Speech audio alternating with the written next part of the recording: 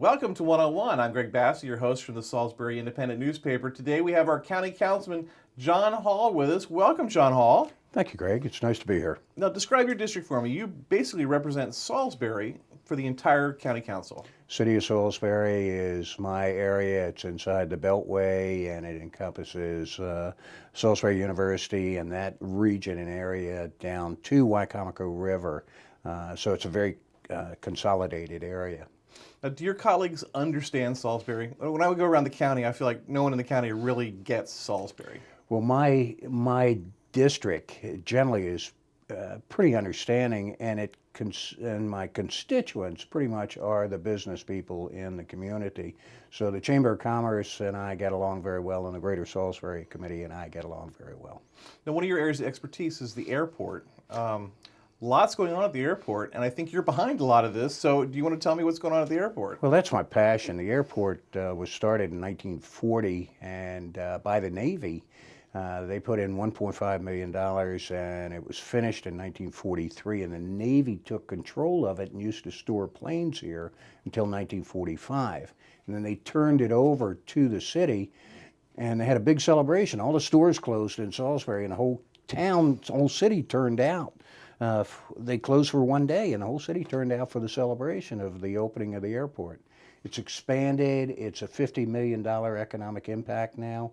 Piedmont has over 300 employees out there, so there are 300 plus employees. And Piedmont, or American Airlines impact is pretty close to 30 million. Isn't that amazing? It's fabulous. And the fact that they're based here is just tremendous. It's fabulous because it raises the level of the income of Wicomico County, because the mechanics that they have out there are pretty high-paying jobs. Right. I mean, what would our community be like if Mr. Dick Henson, hadn't moved Allegheny Airlines here when he did? Our community really catered to him and influenced him to come here. He was going to Hagerstown. Right. And we're so grateful that he came here, because it has made a dramatic impact on our community with the legacies that he's left Just here. his name's on every building. Every building. Yeah, I mean, it's fascinating to me. And I always thought he came here because he liked us. He used to say that. But basically it's because Hagerstown wouldn't build him the airport he wanted, That's correct. but Wicomico would. That's correct. Now, and that brings us to the challenges that we have now with the airport, where since we've changed governments and now we're an executive form of government, or a legislative form of government, the airport's changed from a economic committee or where it ran itself to being under government control. It's a $1.2 million operation, and we haven't had any infrastructure build up for 25 years. The last building was built in 1990, and that was the terminal. So, and the infrastructure has not been kept up. So now we're way behind, and that's where my passion lies, in bringing it up to where it is. It's the second largest airport in Maryland. Right, yeah. And we are not taking full advantage of it. So hopefully by the time I'm done, we will. Now, Lyle Hogg was he just spoke publicly. He's the president and CEO of Piedmont. Right. And he didn't really criticize the county, but he did advocate the extension of the runway. I guess basically for the jets to come in, it needs to be extended 600 feet. Correct. There was some rumor that the new airframes that are coming online, the planes wouldn't need the 600 feet, so let's not build the runway. And then it was, let's build the runway. So where does this stand now? I haven't gotten an answer out of anyone. I'm trying to report this for a story. Are we going to expand this runway or not? It's not a story yet. That's what politicians always say when they don't want you to write a story. Oh, wait till the real story happens, but go ahead. Well, American or Piedmont's interpretation is we need 600 feet. Right. And it's a measly 600 feet. Well, 600 feet at $1 million every foot. 100 feet. Right. It's $6 million to extend the runway. if we go 600 feet. The FAA, it's in their court now, and they're determining whether we need to go 600 feet or 60 feet. So we're waiting for the FAA to come back. In the meantime, we haven't stopped moving forward. We're still in the design stage, and we're still doing the legwork that has to be done. There's an environmental study that has to be, That's right. that's being done now. Now, the process is, according to the FAA, it's going to take 3 years from when we started, which was about 6 months ago. Lyle wanted the runway done in 2.5 years. The FAA says, no, we can't do it in 2.5 years. And we said, well, let's go ahead and expedite it. And they said, oh, no, we always find that when we expedite it, we have a problem. So we aren't going to expedite it. So we're still pushing that part of it. Right. But he also talked about the 2 other factors that were concerns to him, and one was safety, fire safety. And of course, as you know, we just finished a fire service agreement, which is still being discussed, and we have decided at the airport we're going to do contract service until we can figure out what needs to be done as far as having a fire station at the airport. Right now, historically, Piedmont has taken care of that themselves. They took care of their own fire safety. They had their own foam truck there that was staffed by their guys. But under the new lease, the county is going to be responsible for That's correct. They've decided that it takes away from their manpower doing what they're supposed to be doing. Right. When they had to man the fire truck. The fire truck belongs to the Salisbury Airport. It's not their fire truck. Right. So we've found a location for it on premises, and we're going to staff it. And we hope that will eliminate one of the problems that we have. So would you like to see volunteers out there, or what would you like to see happen? Well, frankly, we have to have a dedicated force out there, and they must be on premises. So it's a little difficult with volunteers to make sure that they're there, and you can count on them to be there at the same time. We're going to have 3 paid people out there Right. when the Piedmont is taking off and landing, so must be there. So must be paid. We have the support. Of course, the other concern we have is getting water to the airport. Right, and there's good progress on that. That's correct. We just found out that the state has given us a very favorable loan that will cover 3/4 of the cost of running water from Warwick to Right the down airport. Walston Switch Road. Right. And again, we'd like to see these things happen tomorrow. Right. But they take a long time. Right. Everything's 3 years. Everything's 3 years. The one thing the county executive did, though, with the stadium, the state forgot to put money in the budget for the stadium improvements. Right. So he went ahead and paid that with the idea that the state would come through in the end. Could you do that with the airport? We can. Could you pay for the runway and then let the FAA pay you back later? Well, yeah, that's what we're going to have to do. Okay. The FAA said they won't pay us the $6 million until the end of the project, which is 3 years. In the meantime, we have to have the project built. Right. So we'll have to forward fund it. Now, someone told me you were behind the newest hire at the airport, Dawn Veach, who is the most impressive person I've met in the last year. What a treasure we have. Well, where did you find her? If you found her, where did you find her? Well, we did, actually. We had an airline pilots meeting at the airport, and she represented the airline pilots in Washington, D.C., and decided to come down and visit.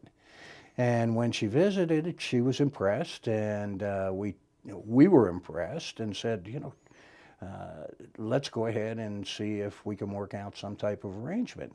And she said, well, I like what I'm doing. And in the meantime, she moved to Cambridge, and she was commuting to Washington. And so, well, the commute to Salisbury is much better. And look at the opportunity that you have to create something that will be a legacy. Yeah. And she certainly has worked towards that goal, and it's a thrill working with her. She is terrific. I mean, I just hope the community can keep up with her. The challenges are money, of Yeah. course, us having the money to do what her vision is. And so far, we've done pretty well. She had the Wings, Wheels and Wings show, Wing and Wheels show on short notice. They got together pretty fast, but it was still a big success. It was a big success. We had over 2,000 people. So we're planning on doing it next year, and we anticipate in the neighborhood of 15,000 people next year. It'll be Wow. a big deal next year. Yeah, that's exciting. And her level of minutia. I was at the airport the day before the event, and there's a drain pipe right there in the middle of where you pull in, where the water gathers, and there was a man with a weed eater cutting grass that had never been cut Right. in my lifetime. Right. Getting it all cleaned out, and it looked really nice. I could just tell that she ordered him in there. Well, that's true. You know, the airports look much better. It's very- what a, yeah. What a pleasure Remember it the is. weeds were growing a foot high in the Right. in the parking lot. And Well, you know, you talk about that drain pipe. It's interesting because we don't know where that drain pipe goes. It's been there since the 40s, and Right. we think it's a deterrent, actually, and it floods and backs up. So, you know, and it's one of the things that she identified yeah, and said, you know, let's fix this. And we've had a lot of let's fix this. right. And she's gone ahead and done it. And what a thrill it is to sit down Yeah. and listen to her. So you feel good about the airport's future? It's as we need money, is what it amounts to, which is something that you hear throughout the county. Right. We have to repair the infrastructure, and it's going to take a lot of money to do that. Is it worthwhile? Yes, because of the people who come into our community. First of all, they want to fly in; they don't want to drive in. Right. And if they can't fly in, it's a strike against us. But when they get here, they want to look at something that's impressive. And right now, we're not that impressive. We will be by the time we're done. So I feel good about that. That's cool. You've been in the travel business. That was your career. That's right. So you know what people want in terms of travel. And I just feel like we're so lucky. I took a friend to the airport yesterday to drive 4 minutes to the airport for this person to go anywhere in the world. Right. We're so lucky. Well, we are very fortunate. It was interesting because 45 years we had our travel agency, and we started with Piedmont, is what it amounted to, or Dick Henson when he had Allegheny Airlines. And at one time, our agency took care of 60% of the passengers that flew off the Eastern Shore. That's how Wow. big we were. And at the same time, the year before I retired, I had 3 very prominent ladies come into my office who wanted to go to Hawaii who had never been off the Eastern Shore. And they were all in their mid-70s, late 70s, and I got so tickled, I said, well, I'll drive you over to Baltimore to get the flight because they couldn't fly out of Salisbury. Right. So I'm startled at the number of people that have not been off the Eastern Shore. You made some news during the budget process here recently. I did. You rankled some of your colleagues. You want to talk about that? Well, not really, but we can. Do you want me to tell the viewers what happened? Did you see that? As Yeah, he why shifts don't uneasily in his why chair. don't you describe it, okay? Well, basically, the council agreed to cut taxes and agreed to correct. a series of cuts. County executive didn't exactly support the way that they did it, plus some of the numbers didn't really make sense. And then you came out and kind of blasted the whole process. Yeah, I was uncomfortable with the process as we were going on, and I had stated how uncomfortable I was while we were going through the budget process, but I didn't get any traction. Right. So I missed when the budget was passed because of health reasons. Right. You were out for the one vote in the middle there. That's right. Okay. And then when it came back, my problem with it was that, and my big problem with it was that we gave a 1% tax cut. And 1% tax cut amounts to $10 per $100,000 a homeowner. Right. So if you have a $250,000 house, you save $25. Right. But it costs the county $600,000. As one of my readers said, okay, that's great news. I can now supersize my fries. Right. And the county loses $600,000 that we Yeah. could have used for improving our infrastructure. And it's just premature. We had 8 bad years in the economy. We're starting to catch up now, but we haven't caught up yet. 1 or 2 more years and we'll be there, and then it might be reasonable. But we can never recover that 1% that we gave back. Never. It's gone forever. Right. And every year from now on, we've lost $600,000. Right. What I enjoy about you on the council is I can tell you're not angry, You might be angry, but you never act angry. You have a very level tone about everything that you're saying. So sometimes I can't decide if you're like really fired up about something or you're just being normal. I think when I wave my hands, then you can tell I'm really passionate about. Usually, when I have something to say, I'm pretty passionate about what I'm saying. And most of the time, I do agree with the direction the council's going in. There are just sometimes that I don't see the vision that we need to have. The items that we're ignoring, and as I've told the council, we have no goal setting. We need goals. We need to have vision for the future. We're such a wonderful community. We have so many assets, so many people that have so many good attributes that we could be using. And we haven't done that, I don't think. Even the city council, when they didn't get along, would have a goal setting thing every year. That's correct. Yeah. Right. We had a goal setting. I drove it, and I was the only one that suggested goals, so that didn't go very far. What's the tension between the county executive and the council? Where does that come from? Is it just the branches of government? Is it a normal thing, or is it personalities? Well, I think it started being a normal thing, and now it's gotten into personalities. And it's very difficult to get back. Very strong personalities on both sides. Willing to compromise is not there, which is very sad. Yeah. I see more where there's willing to compromise, but when we get together and we try and compromise, the wall goes up and the discussion's over. Right. I remember when the county executive Bob Culver, our county executive, was on the council, the things he said about the county executive, like he was always angry that the Rick Pollitt didn't pay enough attention to the council. Well, now the roles are reversed. Right.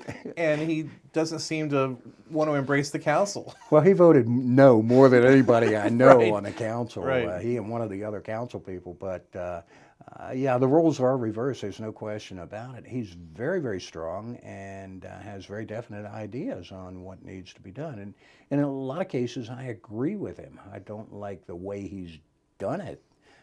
There could be better ways to do it, I think, but I think that...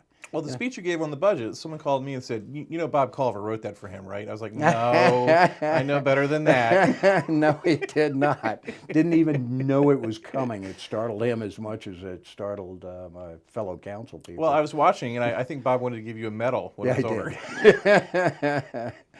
The other thing that I love about you on the council is Matt Kramer always provided historical context, but the council will be in the middle of talking about something, and it's your turn, and you'll tell the story of why we're here talking about this now and what the backstory is and how it got to be and how it used to be. And it's in a very productive way that you do this, a very helpful way. As a reporter, it really helps me because I might not have known how the airport got the way it was or whatever. And you're able to explain that. And I just want to tell you, I really appreciate that.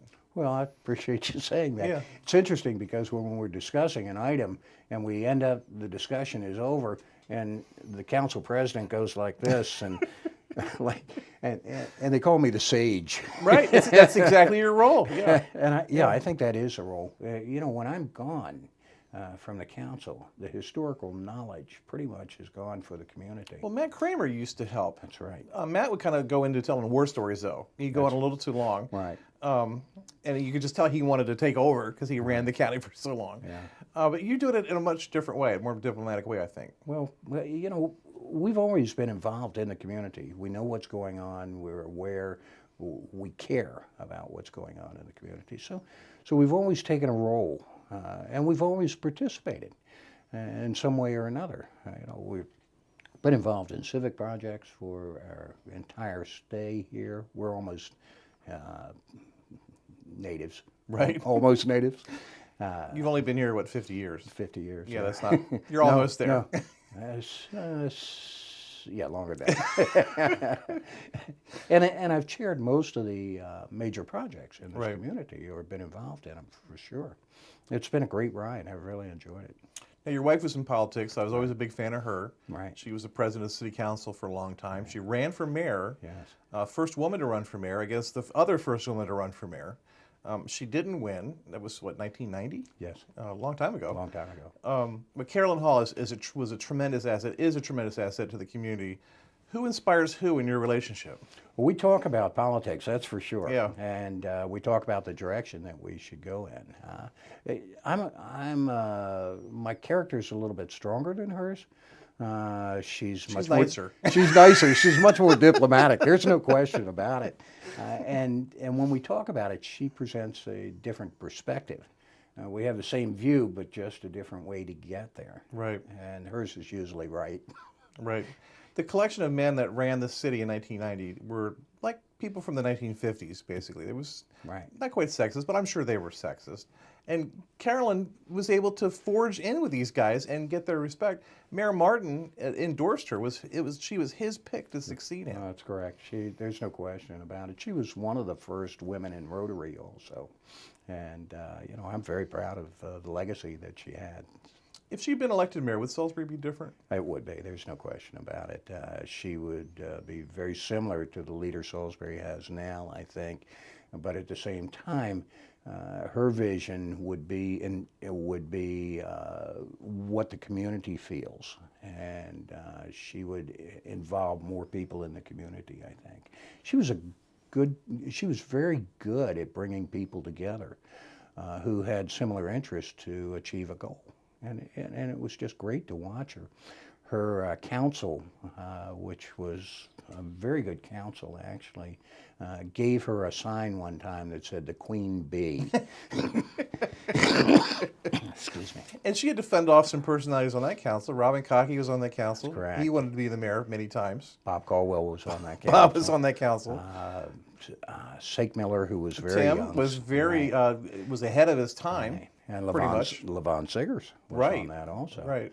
And at the same time, Palmer Gillis was on that. Bob Cannon was on it, and Frank Himmelreich. Frank was on it. Himmelreich. Yeah. Absolutely. Yeah. Yeah, that was a tough group. It was a tough group.